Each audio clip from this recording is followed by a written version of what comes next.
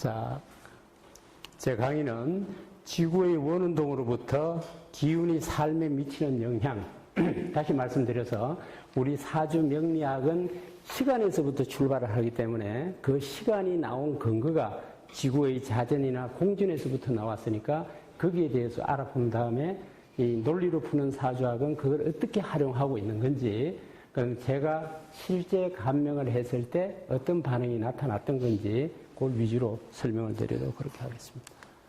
자, 여기는 지금 지구의 자전입니다. 이 지구의 자전은 지금도 이게 밤이 돼서 낮이 됐다가 밤이 됐다가 현재는 밤이 되고 있는 깊어가고 있는 이런 과정인데, 이것은 지금도 계속 돌아가고 있다. 크게 나누면은 낮과 밤이지만 낮과 밤이라는 표시를 하지 않고 양과 음으로 표시를 하더라도 지구는 그냥 돌아갈 뿐이지 표시를 어떻게 하느냐에 따라서 틀린다. 그리고 시간이라는 것은 시각과 시각의 사이를 시간이라고 그런다.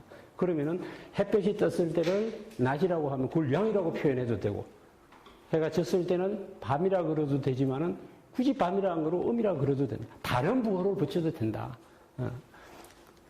그 다음에 이 스스로는 자전을 합니다. 자전을 하지만은 또한 태양을 중심으로 이래서 공전을 하고 있어요. 지금은 봄, 여름, 가을, 겨울로 하면은 그건 아무런 거부감이 없습니다. 근데 봄을 가지고 목이다 이러면은 미신인가? 이렇게 생각을 해요. 사실은 그 시간의 흐름 과정을 어떤 부호를 사용했느냐 그 차이뿐이지, 특히나 황한 문명권에서는 이걸 기운, 소위 말해서 기운의 변화를 가지고 시간을 나누었다. 그 연월일시를 간지로서 표시한 것은 벌써 2000년 전 한나라 시대부터 시작이 됐던 거예요. 그래서 쭉 내려오다가 서양 문물이 동양보다도 많이 발달돼가지고 서양 문물이 들어오면서 서양에서 쓰던 그 시간 개념이 우리한테 그냥 우리 거를 눌러버리고 우리 게 돼버린 거예요. 그래서 1896년도 1월 1일부터 건양원년이라 그래가지고 양력을 쓰기 시작했지, 그전에는 음력하고 절기력이라든가 간지력을, 지금도 간지력을 쓰긴 씁니다. 올해도 병신년이라 그러니까 쓰긴 씁니다. 그러면은 이러한 변화를 지금 이것도 지금 돌아가고 있고 계속 회전을 하고 있고, 여기도 태양을 중심으로 해서 지금 계속 이렇게 회전을 하고 있습니다. 지금 변하고 있어요. 변하고 있는데 돌고 있는데 나는 돌고 있지 않다고 생각할 뿐이지 실제 돌고 있다. 자, 돌고 있는데 어떻게 돌아요? 원운동을 해. 선생님이나 저나 지금 원운동을 하고 있어. 원운동을 하고 있다는 것은 뭐예요? 뭐가 반복이 되는구나. 이 반복되는 것은 규칙적으로 지금 반복이 된다. 그러면 규칙적으로 반복이 되기 때문에 규칙적으로 반복되는 미래가 예측이 가능한 부분이 나온다. 그럼 내일 아침이 온다는 것은 우리는 확실히 알기 때문에 아침이 됩니다 하는 건 100% 맞는 거예요. 근데 내일 아침에 뭘 먹을까 하는 그거는 몰라.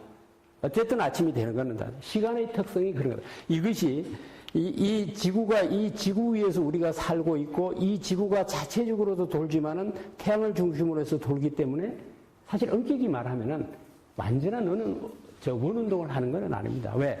이 태양도 태양을 중심으로 한 태양계도 은하단을 중심으로 또 돌고, 은하단은 또 더 큰 초은하단을, 우주 전체는 돌고 있다. 근데 우리가 사는 기간은 한 100여 년 정도밖에 안 되기 때문에 100년 동안의 기간에는 움직이지 않는 것 같이 느껴질 뿐이지 실제적으로는 움직이는 거다. 이거를 다른 표현으로 해서, 자, 이걸 이제 여름, 화, 이게 가을, 겨울, 봄, 이런 것에서 이제 목화 금수로 표시를 바꿔놨는데, 자, 누군가가 말입니다.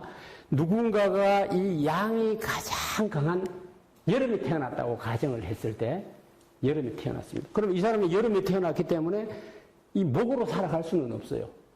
가을로 바뀐 갈 수가 없어. 그런데 여기는 여름은 양이 강할 때고 이 겨울은 음이 강할 때란 말이에요. 그러면 여기서 양에서 음으로 점점 강해져요. 그러면 여기는 음이 약간 강해졌죠. 여기서는 음이 가장 강할 때고 다시 양 쪽으로 강해집니다. 그러면 양으로 또 다시 최고 강한 쪽으로 가요. 그러면 여름에 태어났습니다. 그럼 양 기운이 강하다고 볼 수가 있어요, 일단은. 그럼 어디로 살아가? 가을로 살아가거든요. 그러면 가을로 살아가면은 어때요? 음 기운이 점점 증가되는 쪽으로 간단 말이에요. 그러면 내가 양 기운이 강한 상태에서 음 기운이 강한 쪽으로 살아가니까 기의 분포가 어떻게 돼? 서서히 균형을 이루는 쪽으로 간다. 기의 분포가 균형으로 이루어지는 걸 딱 압축시켜서 말하면 기분 좋은 시기로 간다. 기의 분포가 좋다, 줄여서 기분 좋다. 그러면 어떤 일을 한다 그러면 기분 좋아지는 시기로 가니까 일이 하면 일이 성과가 잘 나타나겠죠. 그 다음에 이 금을 지나서 반드시 겨울을 지날 수밖에 없어요. 그건 겨울은 음이 강할 때예요. 내가 양의 기운이 강한 상태에서 음의 기운을 살아가는 동안에는 음양이 균형을 이루게 된다. 그러면 기의 분포가 균형을 이루었다. 줄여서 말하면 기분 좋다. 그러면 그때 일을 한다 그러면 기분 좋을 때 일을 하니까 일이 잘 된다. 내가 생각했던 것보다 훨씬 잘 된다. 그렇게 볼 수 있어요. 그 다음에 이게 이제 이 겨울을 지나서 어디로 갑니까? 이제 봄으로 가요. 봄은 양으로 강해지는 시기야, 이제. 음에서 양으로 점점 강해지는 시기다. 그럼 내가 양 기운을 많이 갖고 태어났는데 다시 양이 강한 쪽으로 흘러가니까 또 기의 분포가 불균형한 쪽으로 돼버리는 거예요. 그 기의 분포가 불균형하다는 이야기는 줄여서 기분 나쁘기 시작한다. 이제. 서서히 기분 나쁘기 시작한다. 그러면 기분이 나빠지면서 무슨 일을 하는데 기분 나쁜 시기에 하면은 성과가 잘 안 나타난다. 그러면은 다시 봄이 지나서 여름으로 왔어요. 봄이 지나서 다시 여름으로 왔어. 그 여름에는 내가 태어난 것이 양의 기운을 강한 상태에서 태어났는데 다시 또 양의 기운을 살아가. 그러면은 양의 기운만 잔뜩 갖고 있는 거예요. 그럼 기의 분포가 어때요? 한쪽으로 쏠렸어요. 전혀 균형을 이루지 않아. 그럼 딱 줄여서 말하면 제일 기분 나쁠 때다. 그럼 저때 하는 일은 안 된다. 그럼 똑같은 일을 하는데 일이 잘 풀어질 때가 있고 잘 안 될 때가 있다. 왜? 우리는 보이지 않는 기운의 영향으로 인해서 그런 현상이 일어난다. 그럼 누구는 공부를 한다고 가정을 했을 때 공부를 하면 성적이 쫙쫙 올라가요. 그럼 공부가 점점 재미있어. 그럼 나도 공부를 해요. 왜? 공부하면 성적이 점점 오르니까. 근데 그런 시기는 여기에서부터 수로 갈 때 이 시기가 되겠죠. 말하자면은. 근데 수에서 다시 목, 화로 갈 때는 기분이 안 좋은 시기로 간다. 그때 이제 예를 들어서 그 시기에 공부를 한다 그러면은 공부해도 성적이 잘 안 오른다. 성적이 안 오르니까 공부할 의욕이 없는 거예요. 아무리 주위에서 공부할 여건을 갖춰놔도 하기 싫어. 해도 성적이 안 오르는데. 그래서 장사를 해도 장사가 쫙 잘 될 때가 있고 잘 안 될 때가 있다. 누구는 치킨집을 해서 돈을 많이 벌었습니다. 이런데 치킨집을 해서 돈을 벌었다고 가정을 한다 그러면 누구나 치킨집을 하면 돈을 벌어야 되지만 그렇지는 않다. 왜?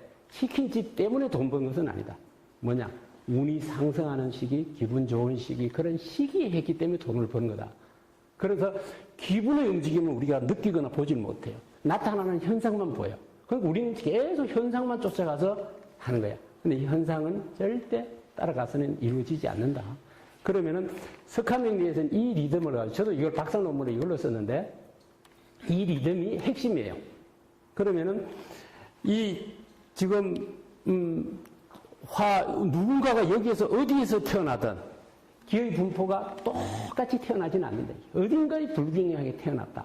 그러면은 살아가는 방향은 어디로 했어요? 봄, 여름, 가을, 기호를 피해갈 수 있는 방법은 없습니다. 봄, 여름, 가을, 기호를 목화금수로 표현을 했어. 내가 목기운을 강하게 태어났는데 다시 목기운을 피해갈 수 있는 방법은 없어요. 그럼 목기운이 왔을 때 내가 힘들어. 그럼 부적을 쓴다고 그것이